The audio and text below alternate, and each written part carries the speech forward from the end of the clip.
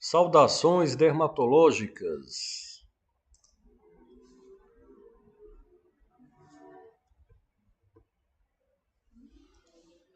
Meu nome é Tiago Gondim, eu sou médico dermatologista, mestre em patologia pela Universidade Federal de Pernambuco.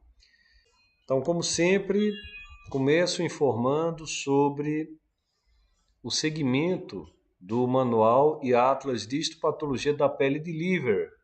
Então, lembrando que nós estamos fazendo essa gravação da aula de histopatologia baseado no Manual e Atlas de Histopatologia de Liver. E vamos passar a falar sobre dermatite perivascular superficial, com eritrócitos extravasados. Então, estamos fazendo um tour pelos processos de infiltração, pelas dermatites perivasculares. Essa é uma dermatite ao redor dos vasos, com liberação de eritrócitos. Então, esses eritrócitos, eles começam ali ao redor do seu ponto inicial dos vasos e vão por um processo que vai estar ligado ao tamanho dessa infiltração, eles vão desenvolvendo a sua distribuição, associados também a linfócitos. Então, como característica dessa dermatite perivascular superficial, nós lembramos que esse infiltrado ele é um infiltrado linfocítico. Esse infiltrado, obviamente, começa ao redor dos vasos, então é perivascular. E aqui nós temos o extravasamento dos eritrócitos, que podem estar acompanhados de necrose fibrinoide dos vasos ou não. Geralmente não há essa necrose fibrinoide nas dermatites perivasculares superficiais. Então seria uma alteração inflamatória, um infiltrado perivascular com derramamento de eritrócitos e sem a necrose fibrinoide dos vasos.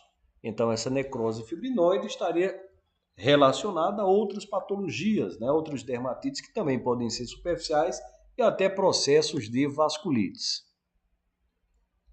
Então, a primeira delas, que é na realidade um protótipo do grupo das dermatites perivasculares superficiais com eritrócitos extravasados, que é a pitiríase rósea, também conhecida por pitiríase rósea de Gilbert, uma patologia que acreditamos ser uma reação retardada, uma reação tipo 4 de Gell-Cumbres, ou seja, uma reação celular demorada, uma reação celular atrasada, retardada, a um vírus, a um herpes vírus, possivelmente o herpes vírus 7. Então, é uma dermatite autolimitada, ela pode demorar de 6 a 12 semanas, alguns autores apontando 6 meses, alguns autores até apontando tempos maiores, como 7 meses, 1 ano de duração. Então, ela é uma patologia que faz diagnóstico diferencial com sífilis. Então, temos que ter sempre um apontamento no diagnóstico diferencial. E o VDRL quase sempre é um exame que é solicitado quando dá pitiríase rósea para afastar da sífilide, ou seja, a sífilis secundária. Nós também temos algumas outras patologias que fazem diagnóstico diferencial, como as farmacodermias e as dermatofitoses.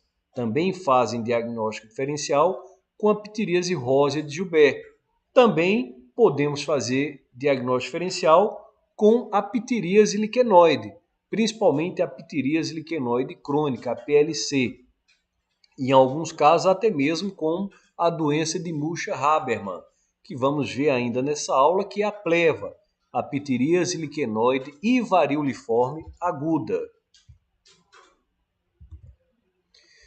Então, essa patologia comumente aparece como uma placa-mãe. Essa placa-mãe que aparece 2 a 3 dias antes da erupção disseminada, a erupção que toma em aspecto de árvore invertida o tronco, atingindo as bases dos membros e trazendo aquele aspecto de um pinheiro invertido. Um pinheiro invertido significaria pegar o tronco, tomando ali as raízes dos membros, fazendo um triângulo com sua ponta virada para baixo. Então, a placa-mãe ela pode acontecer com antecedência ou ela pode aparecer durante ou mesmo ficar acompanhando o processo. Temos variantes típicas e variantes atípicas dessa ptiríase rósea. Então, as variantes típicas e atípicas, elas não necessitarão de tratamento normalmente. O tratamento é expectante, visto que é uma patologia autolimitada.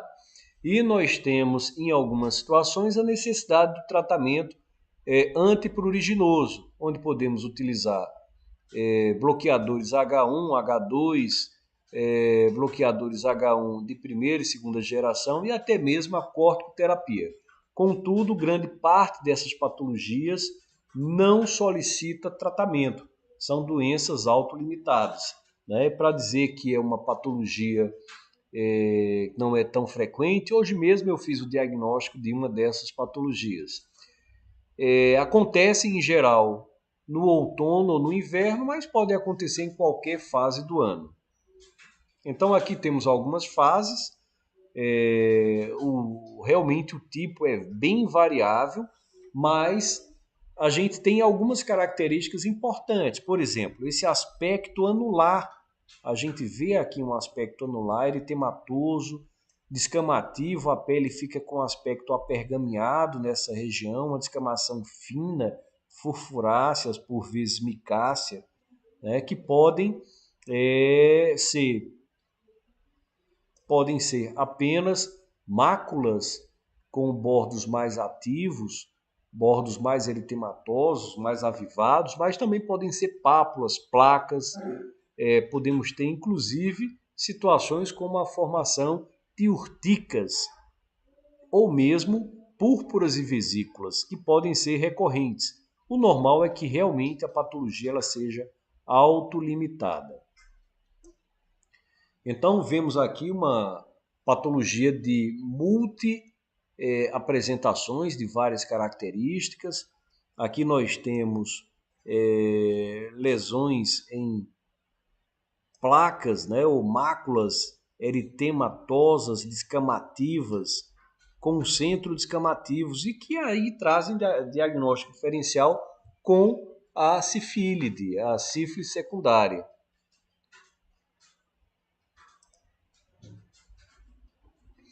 Em geral, essa placa-mãe ela é uma placa maior, 2 a 3 centímetros de diâmetro, que pode aparecer 2 a 3 dias. Né? Inclusive, o tamanho também pode ser maior, 4, 5 centímetros de diâmetro. E ela pode desaparecer antes do aparecimento das outras lesões, antes da disseminação, antes do exantema, antes da erupção disseminada.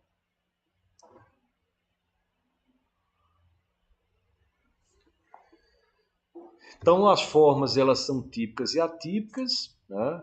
Mas em geral elas vão acometer o indivíduo jovem, um indivíduo ali entre os 30 e 35 anos, não necessitando de tratamento. Às vezes você tem quadros atípicos que têm maior dificuldade de diagnóstico, o diagnóstico fica realmente difícil. Então, como esse caso aqui, né, que o que vai chamar a atenção são algumas lesões mais características que podem não coalescer e se mostrar parecidas com as lesões da ptiríase rósea de Gilbert.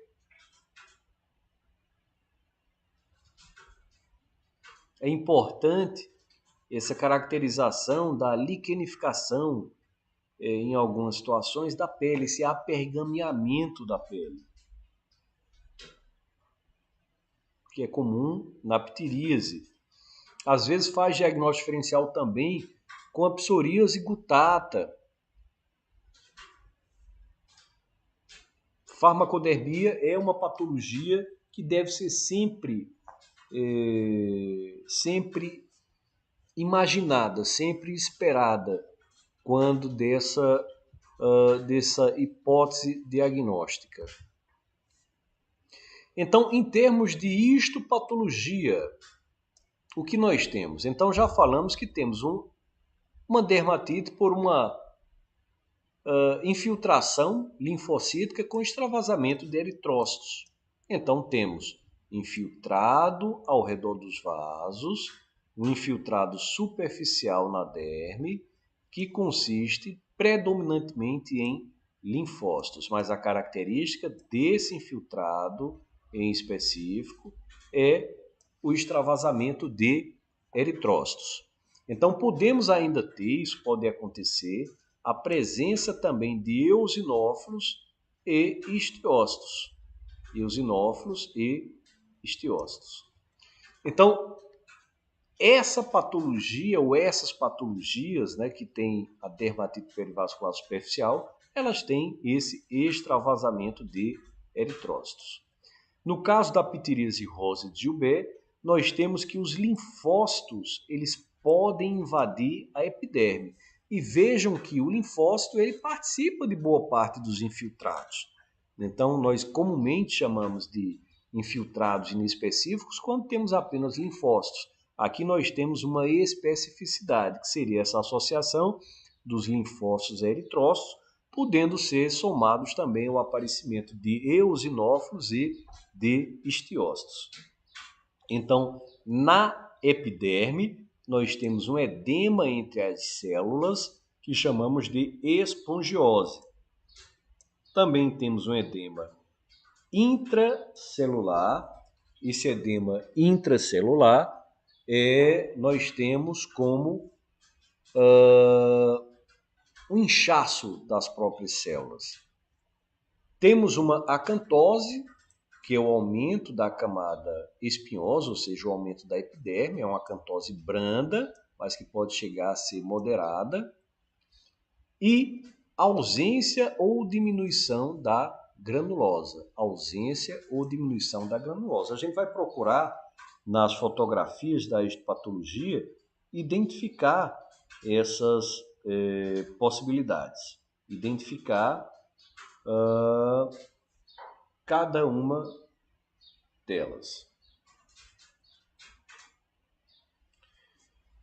Ainda temos que, lá na camada córnea, pode existir, em alguns focos, uma paraceratose, acima exatamente dessas regiões com espongiose, edema intracelular, acantose branda, ausência da granulosa. Então, a paracerantose pode ser focal e podemos ter também células plasmáticas. Então vejam que há um grande enriquecimento aqui da histologia da pitiríase rósea.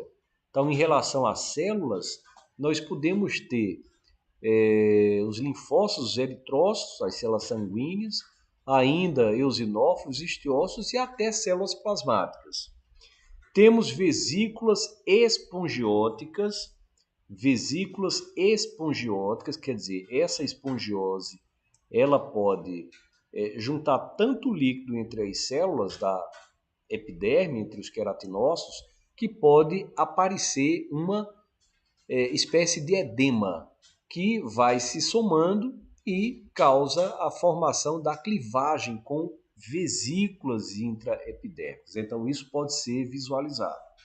Esses eritrócitos que são extravasados, eles geralmente estão mais presentes na derme papilar, contudo, podem, por processo de exocitose, assim como os linfócitos, podem acometer a epiderme sobrejacente. Então, nós podemos ter, além de linfócitos, nós podemos ter também eritrócitos permeando essa epiderme.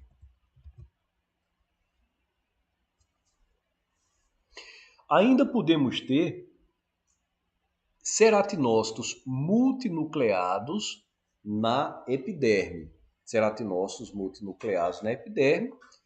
E em lesões que são mais antigas, lesões que demoram mais tempo, e a gente viu inclusive em termos clínicos a possibilidade de aparência de psoríase, né, semelhança à psoríase, nós podemos ter também semelhança ao líquen plano.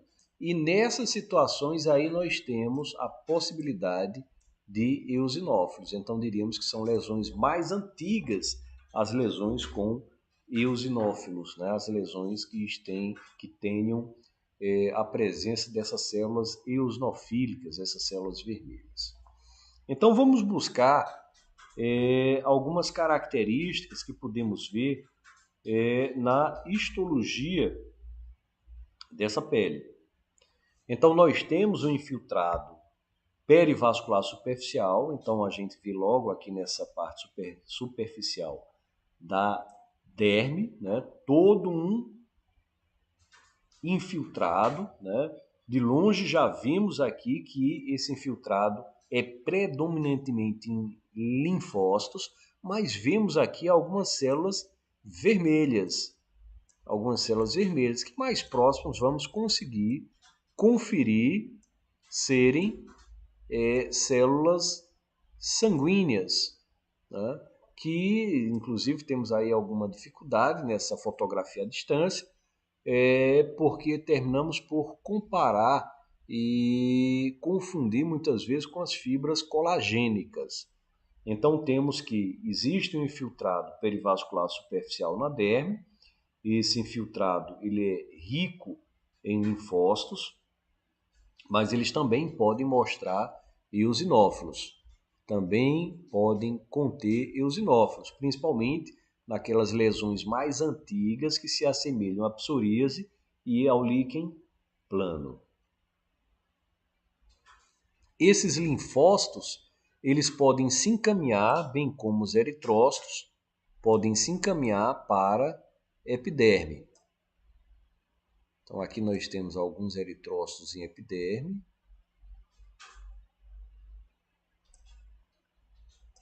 que é a isocitose. Aqui nós não conseguimos ver a granulosa diminuída, ainda temos uma granulosa normal, mas ela pode estar diminuída ou ausente. Conseguimos ver paraceratoses focais e ainda em algumas situações células plasmáticas são vistas nessa estrutura. Então conseguimos ver em algumas situações paraceratoses focais.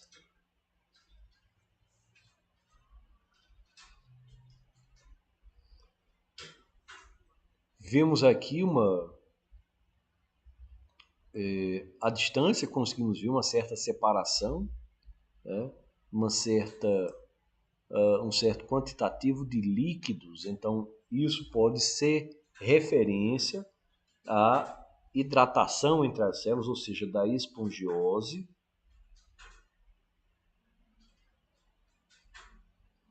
E essas células elas podem assumir um aspecto edematoso. Vimos que em algumas situações a epiderme está um pouco aumentada, seria a acantose.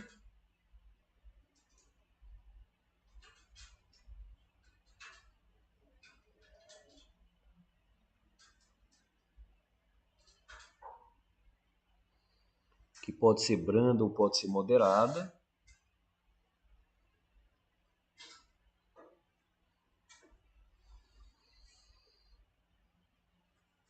Então, aproximando, a gente consegue ver células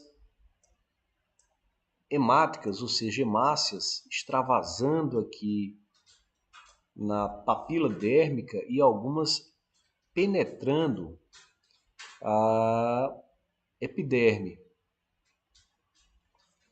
Conseguimos ver paraceratose focal. Aqui já conseguimos ver na derme o infiltrado linfocítico. Conseguimos ver alguns linfócitos já penetrando a epiderme.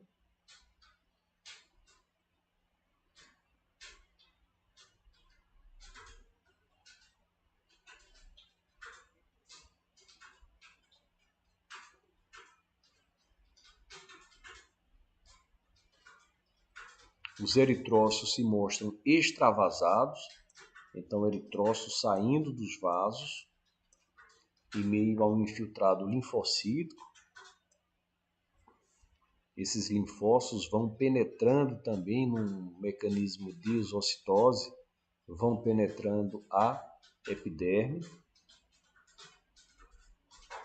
Então aqui podemos ver esse infiltrado que é superficial,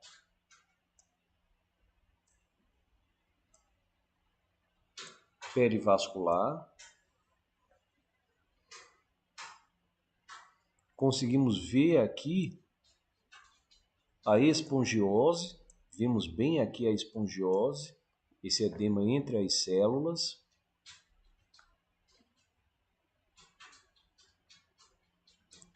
A paraceratose, ou seja, a camada córnea com núcleos, chamada paraceratose focal. Não é em toda a parte da epiderme que existe essa paraceratose. Sobrejacente a essa epiderme acantótica.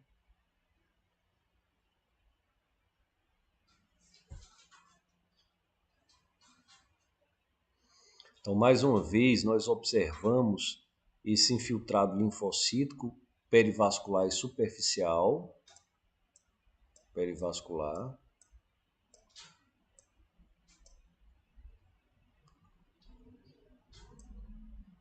Paraceratose focal.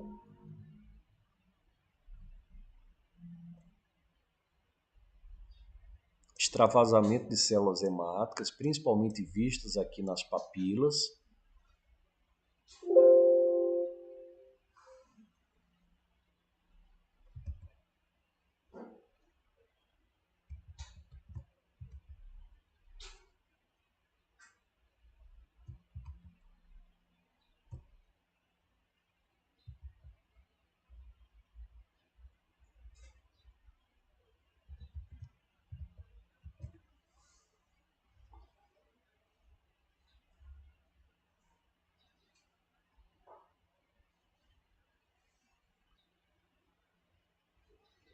Em algumas situações nós conseguimos ver queratinócitos multinucleados.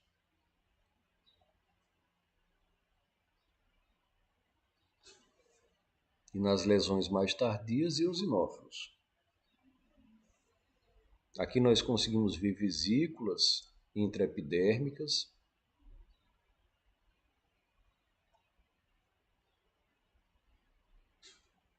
A paraceratose focal. Aqui é a camada granulosa bem fina. O infiltrado superficial, linfocítico.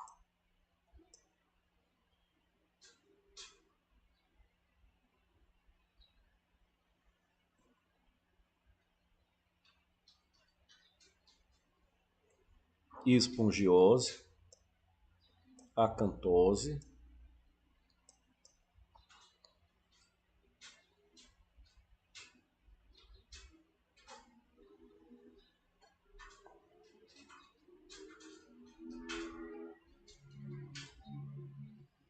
Infiltrado linfocítico. Edema intercelular, células edematosas.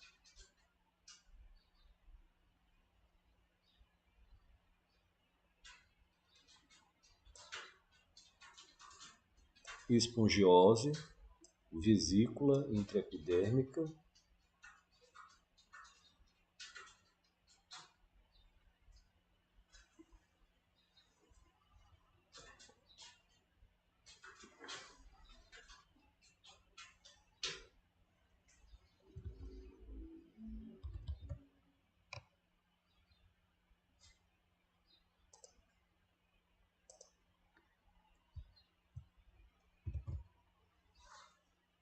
Conseguimos ver bem aqui esse edema entre as células.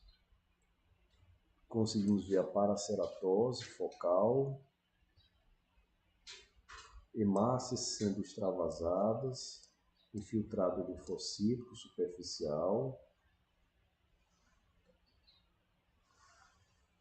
Então, em resumo, nós temos que essa é uma patologia que ela cursa com escamas orto e paraceratóticas, vemos que existem paraceratóides focais. A epiderme é acantótica, espongiótica, observamos bem isso. A derme papilar mostra edema com infiltrado de linfócitos e eritrócitos. Então conseguimos ver os edemas dessa derme papilar. Conseguimos ver infiltrado linfocítico na epiderme.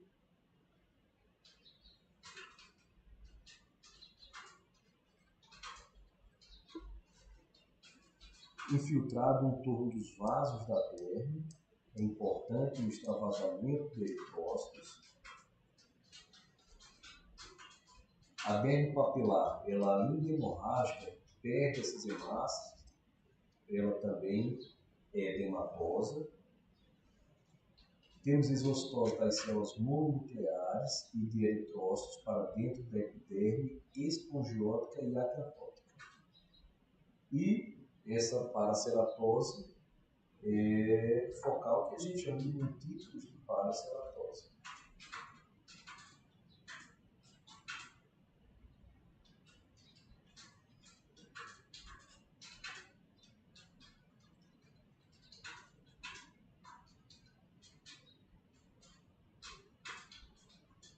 Vejam aqui a espongiose. Vejam a diferença entre esse lado direito e o lado esquerdo, como as células estão afastadas e evidenciadas.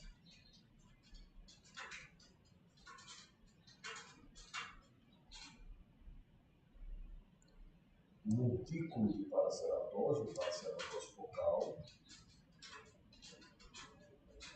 a acantose, a granulosa fina,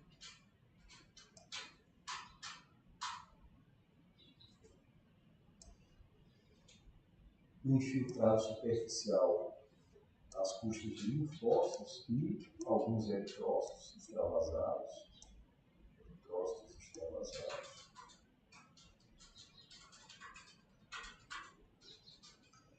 Bom, e finalizando a ptiríase rósea de Gilbert, nós temos uma outra ptiríase, que é a ptiríase liquenoide. Tá? Aqui uma patologia bem mais incomum, onde nós temos duas divisões, né? Aliás, nós temos dois tipos, uma divisão com dois tipos, a ptiríase liquenoide crônica e a ptiríase liquenoide aguda, também conhecida como pleva, que é a ptiríase liquenoide e varioliforme aguda, já que a sua característica clínica é semelhante à da varíola, é chamada de pleva ou doença de Mucha-Habermann.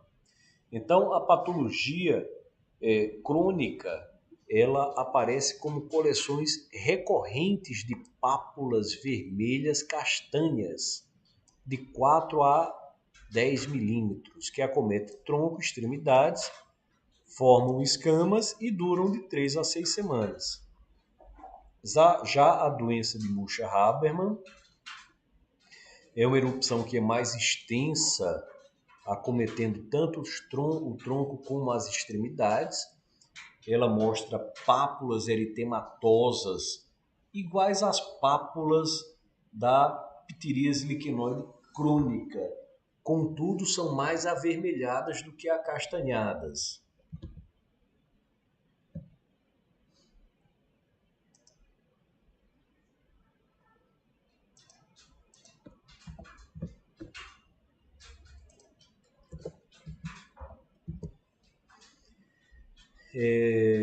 Temos também lesões evolutivas à necrose, lesões que evoluem para necrose. Então, são pápulas eritematosas que podem se tornar necróticas, podem se tornar hemorrágicas ou podem se transformar em vesículas e pústulas. Então, isso não acontece na ptiríase liquenoide crônica. onde temos a pápula vermelho acastanhada, que geralmente ela evolui até uma estrutura descamativa, né? Mais uma mácula descamativa que pode deixar algum grau de pigmentação pós-inflamatória. Já a pleva, ela pode evoluir para uma doença papulonecrótica, uma doença com pápulas hemorrágicas, ou mesmo a formação de vesículas e pústulas. Então aqui temos a ptiríase liquenoide crônica. Então temos aqui algumas pápulas, placas e máculas,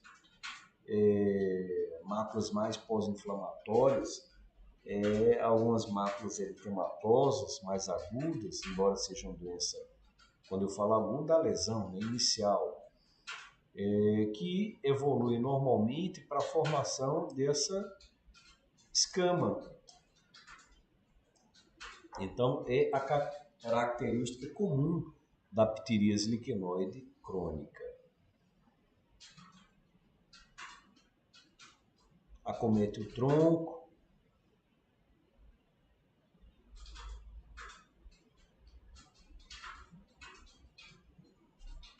inicialmente podem ser mais avermelhados, depois mais acastanhados.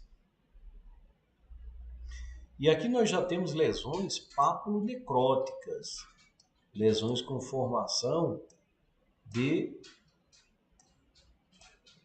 pontos de necrose, com formação de crostas. Então aqui é uma ptiríase liquenoide varioliforme aguda, uma pleva, doença de Muscha-Habermann. Então existe ali um ponto de necrose epidérmica com formação dessas crostas. As lesões elas podem sangrar, podem ser vesículas e pústulas.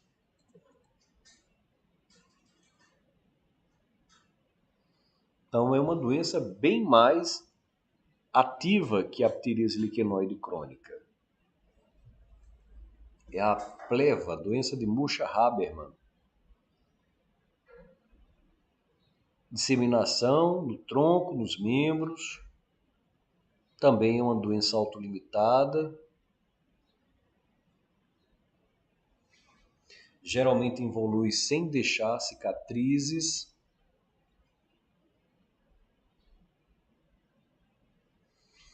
Então, o aspecto histológico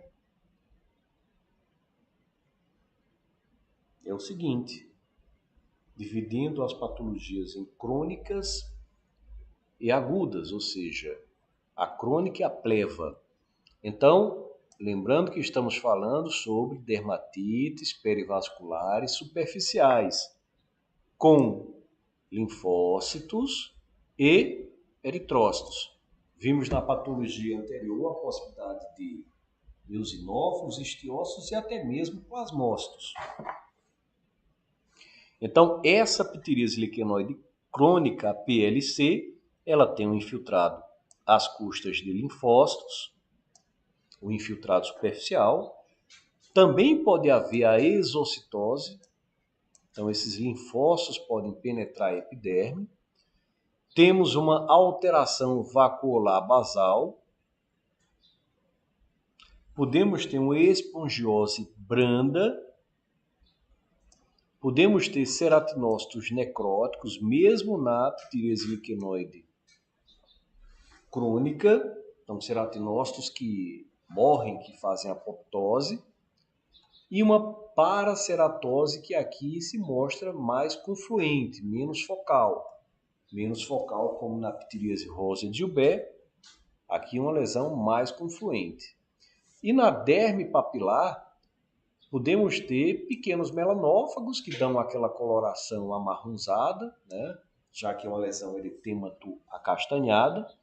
E também eritrócitos extravasados, visto que estamos falando de dermatite perivasculares com eritrócitos extravasados.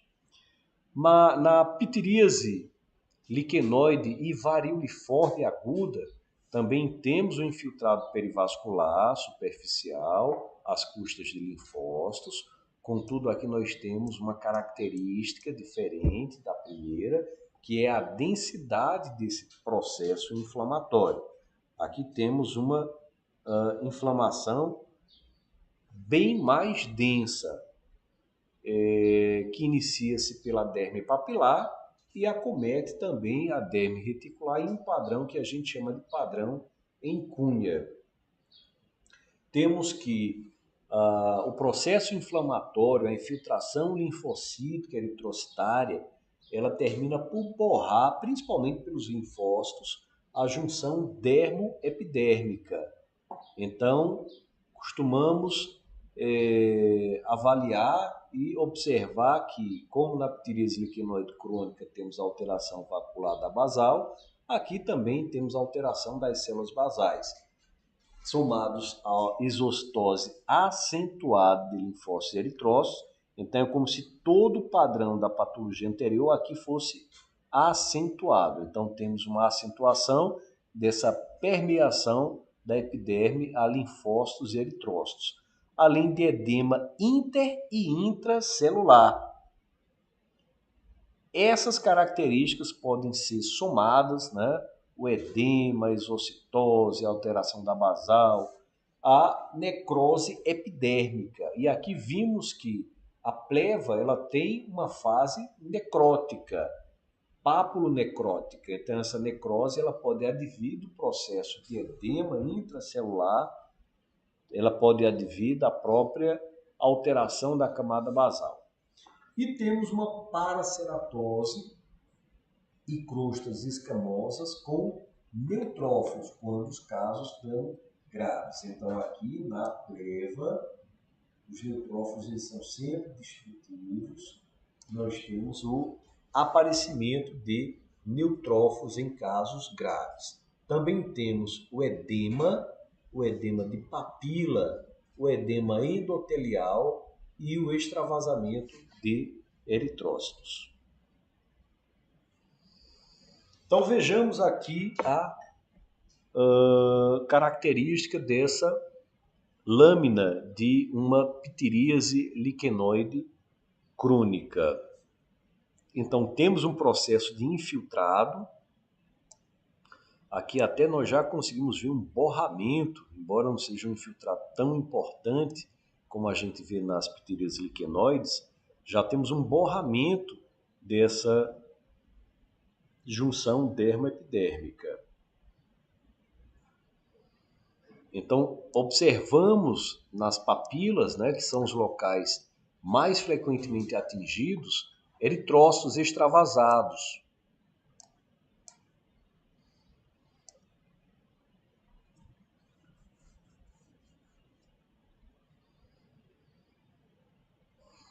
Uma espongiose, aqui uma espongiose mais branda, que é a espongiose anteriormente vista na ptiríase rosea de Joubert. Conseguimos ver ceratinócitos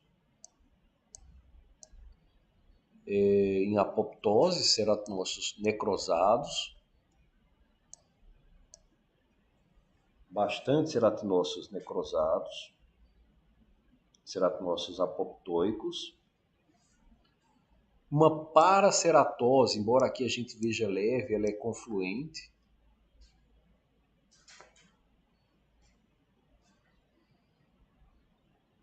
Ao maior aumento, conseguimos observar macrófagos englobando melanina, que são os melanófagos, que dão aquela coloração amarronzada.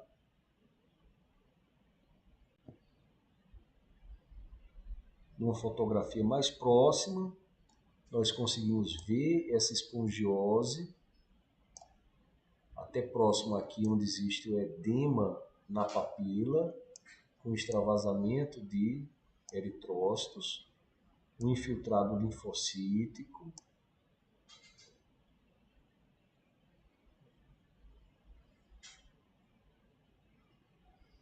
Esses linfócitos, eles também conseguem penetrar na epiderme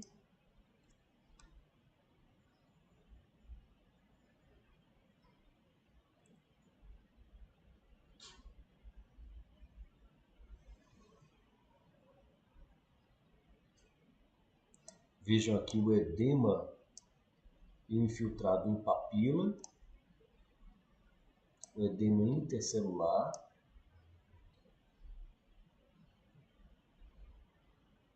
Vejam que essa pigmentação ela está escorrendo aqui na derme.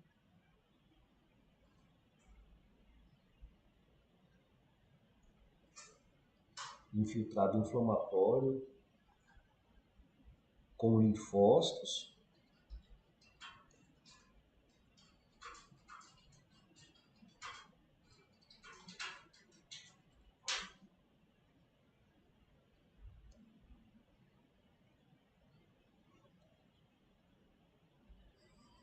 Melanófagos.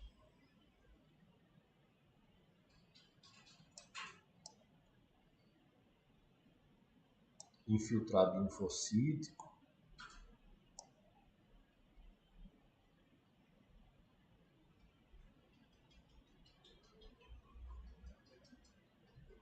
Espongiose. Edema papilar.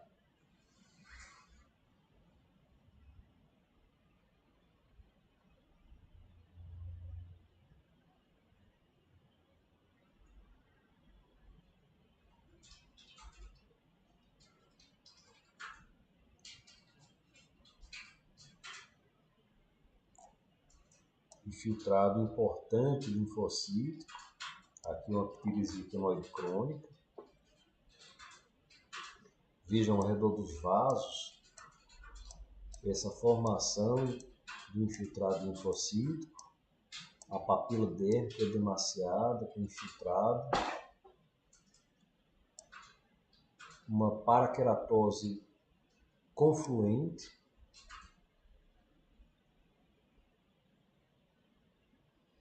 Aqui a ptiríase liquenoide varioliforme aguda, a pleva. Aqui vemos muito extravasamento de hemácias.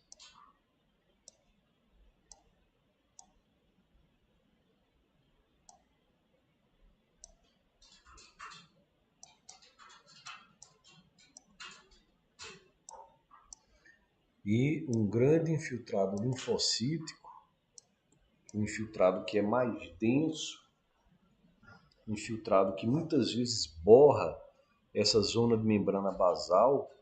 Aqui a gente nem consegue ver a zona de membrana basal. Continua havendo exostose de eritrócitos para a epiderme, de linfócitos para a epiderme.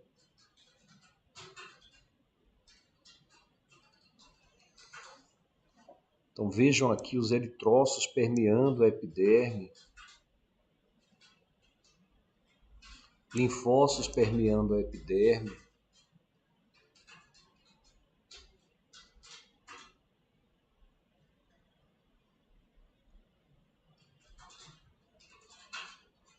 Edema papilar, extravasamento de hemácias, infiltrado linfocítico, extravasamento de linfócitos para a epiderme, ou seja, exocitose.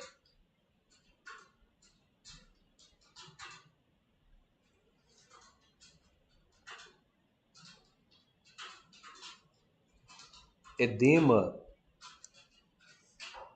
intercelular, a gente vê que existe uma alteração vacular da basal, essa basal cheia de vacúolos.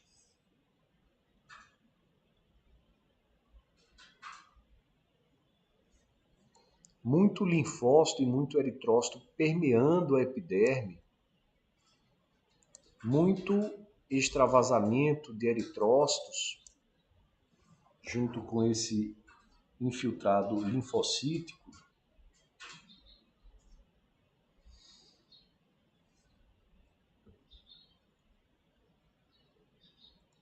Pode haver neutrófilos chegando na camada. Aqui a gente tem uma fotografia de longe, ainda não dá para observar bem, mas a gente pode ter neutrófilos chegando em casos graves nessa camada córnea. Então, em resumo, nós temos da ptírise liquenoide hiperceratose, A gente falou pouco de hiperceratose, falamos mais em paraceratose confluente. Infiltrado inflamatório liquenoide, ou seja, esse infiltrado superficial. Alteração vacuolar da camada basal, espongiose branda. Ceratinócitos necróticos apoptóicos na epiderme. Linfócitos e poucos eritrócitos extravasados na derme papilar. Na realidade, a gente encontrou aqui muitos eritrócitos. Então, não é que sejam poucos, né? E, às vezes você encontra poucos, mas você pode encontrar bem mais.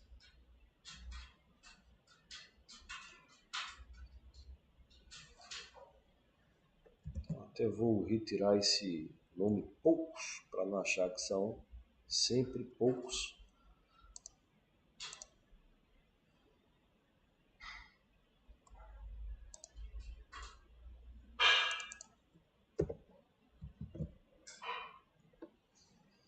Então, temos que... Aliás, desculpem, aqui eu estou falando da PLC, então vou manter o poucos. Vou manter o poucos, né? Na pleva, aí sim, nós temos muito. Então, padrão inflamatório liquenoide com infiltrado inflamatório perivascular dérmico, superficial e intermediário. Então, infiltrado inflamatório ao redor dos vasos dérmicos, superficial, mas também pode ser intermediário, e a gente vê em vários momentos aqui. Então, esse infiltrado, ele pode estar mais profundo ao redor de vasos.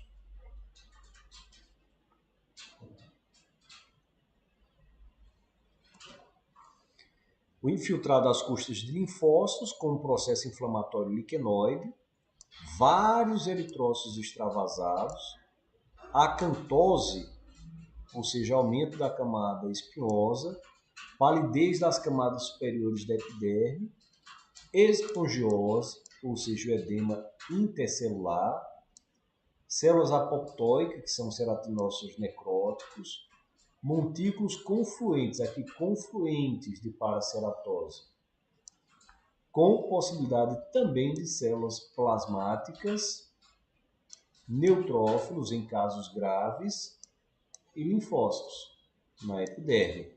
Tá? Plasmócitos podem ser encontrados, as células plasmáticas, mas os neutrófilos em casos mais graves. Então aqui nós temos a paraceratose, aqui nós temos o edema intercelular, aqui nós temos células apoptóicas, aqui nós temos eritrócitos e aqui nós temos o infiltrado linfocítico superficial perivascular. Infiltrado de linfócitos ao redor de vasos, infiltrado superficial. Aqui nós temos uma célula necrótica, uma célula queratinocítica apoptóica. Vemos até aqui também edema entre as células. Vemos aqui uma hemácia extravasada. Aqui nós temos a paraceratose confluente, né? Os montículos confluentes de paraceratose. Aqui nós temos ceratinócito apoptóico. E aqui o edema intercelular, a espongiose. Observamos até aqui os filamentos que são os desmossomos entre as células. Aqui nós temos pigmentação. Então aqui uma pigmentação por uma coloração por Fontana-Masson, observando na camada córnea, vemos aqui a epiderme, e aí na hiperceratose da córnea vemos melanina, pigmentação ou coloração por Fontana-Masson. E para finalizar, nós vamos às púrpuras pigmentadas, tá? É um capítulo especial da dermatologia, o estudo das púrpuras pigmentadas. Então, obviamente, não vamos dar tanta ênfase a essa classificação, mas vamos falar algo sobre a histologia, que é uma histologia também por dermatite perivascular com extravasamento de eritrócitos, também uma dermatite linfocítica. Então, as dermatoses purpúricas pigmentadas têm como característica a punta individualizada dos membros inferiores. Então, essa punta telangiectásica, ela referencia a dilatação de capilares. Dilatação de capilares é comum a essas patologias e uma pigmentação.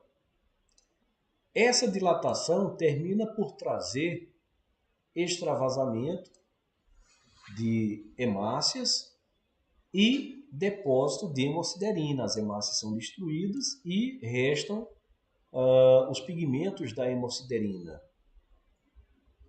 Então, nós temos na clínica edemas e sinais de inflamação, temos eritema, temos a possibilidade de pápulas, escamas e liquenificação, a depender de qual seja a patologia. Então, aqui nós trazemos algumas delas, né? A enfermidade ou a púrpura pigmentada de Chamber, ela aparece com café derramado, né? Tem essa característica das puntas telangiectásicas.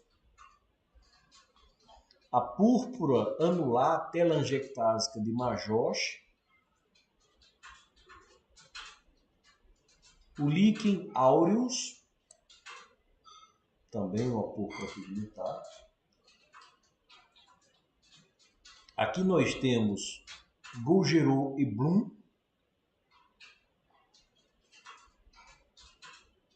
e Doukas e Capetanax.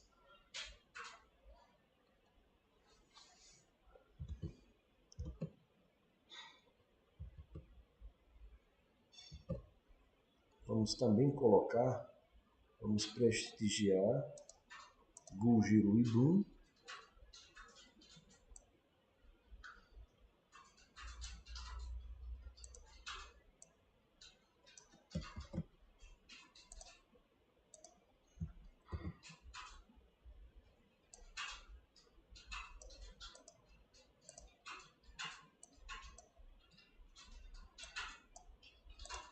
Agora, Bouguereau e Blum tem também o seu nome.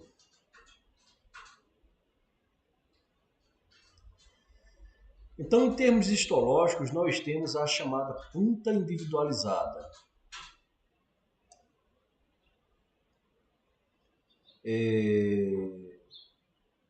Essa punta individualizada, ela traz essa vasodilatação, essa dilatação de pequenos vasos, dilatação de capilares.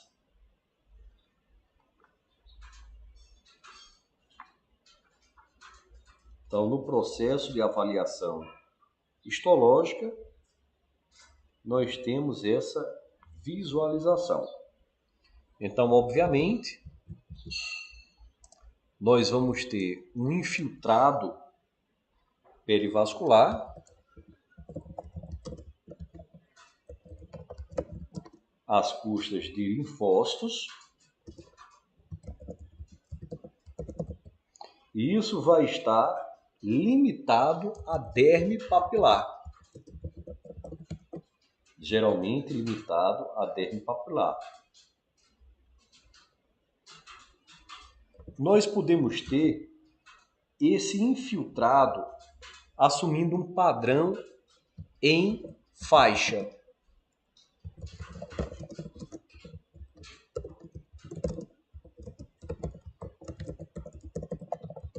Então, esse infiltrado linfocítico que vem com eritrócitos ele pode assumir um padrão em faixa, também dito liquenoide.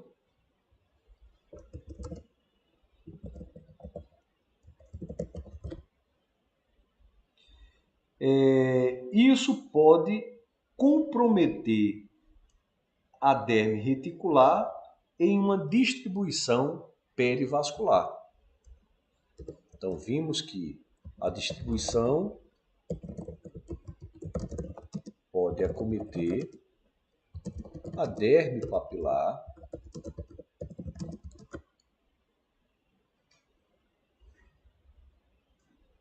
e a derme reticular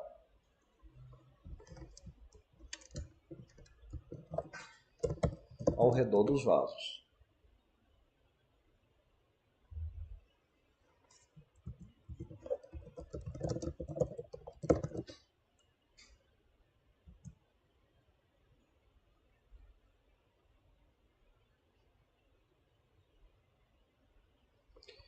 Bom, podemos dizer que é uma vasculite? Não, porque a extensão dessa lesão é branda. Então, não justificaria o termo vasculite. Nós temos apenas edema.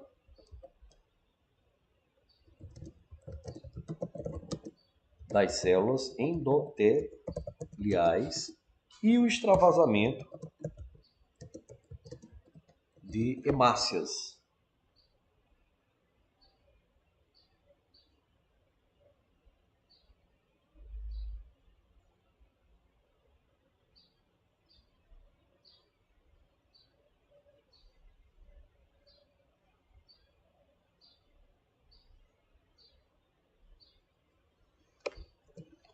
Podemos até encontrar em lesões mais jovens os eritrócitos, mas é muito comum que a gente observe a hemosiderina, apontando que as lesões elas são mais antigas e que já houve o processo inicial de extravasamento com a permanência da pigmentação.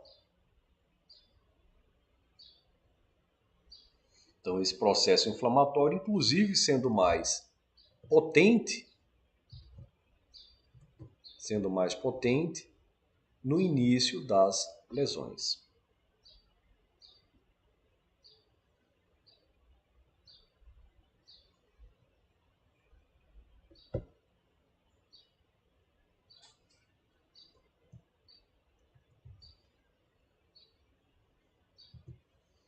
Então, nós temos esse infiltrado perivascular às custas de linfócitos. Temos a pigmentação por hemosiderina.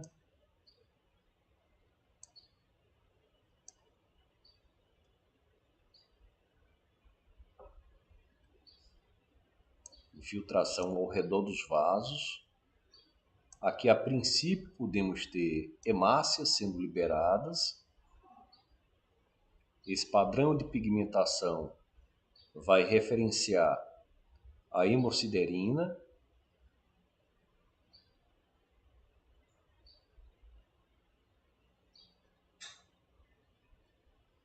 Conseguimos ver uma pequena vasodilatação, uma pequena dilatação desses capilares. Aqui um infiltrado linfocítico em faixa com hemácias e hemosiderina.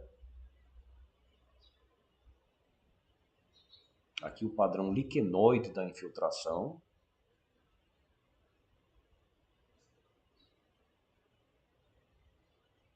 Padrão de inflamação, de infiltração linfocítica, mais intenso no início. Aqui mostrando a dilatação dos vasos. A pigmentação por hemosiderina.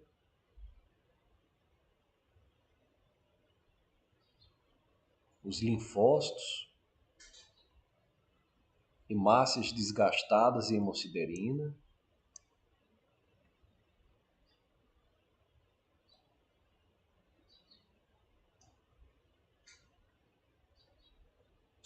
linfócitos com extravasamento de hemácias e hemosiderina ao redor dos vasos, que hemácias e pigmentação hemosiderótica, hemosiderina, o infiltrado liquenoide, linfocítico. Então, em resumo, e para finalizar,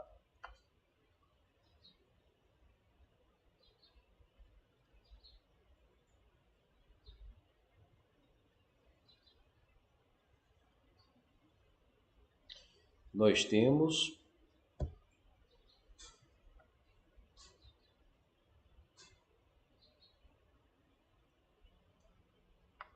uma característica de pigmentação e de vasodilatação.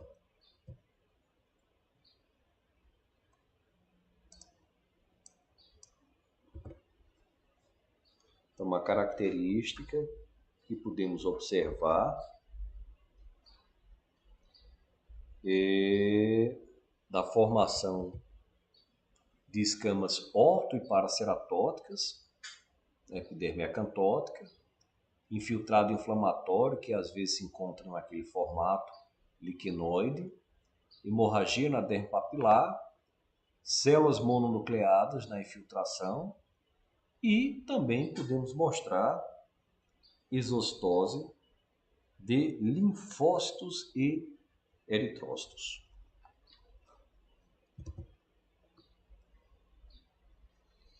Bom, gente, então próxima aula tem mais. Espero ter contribuído para o aprendizado da histopatologia ou da dermatopatologia, como o dermatologista gosta de chamar.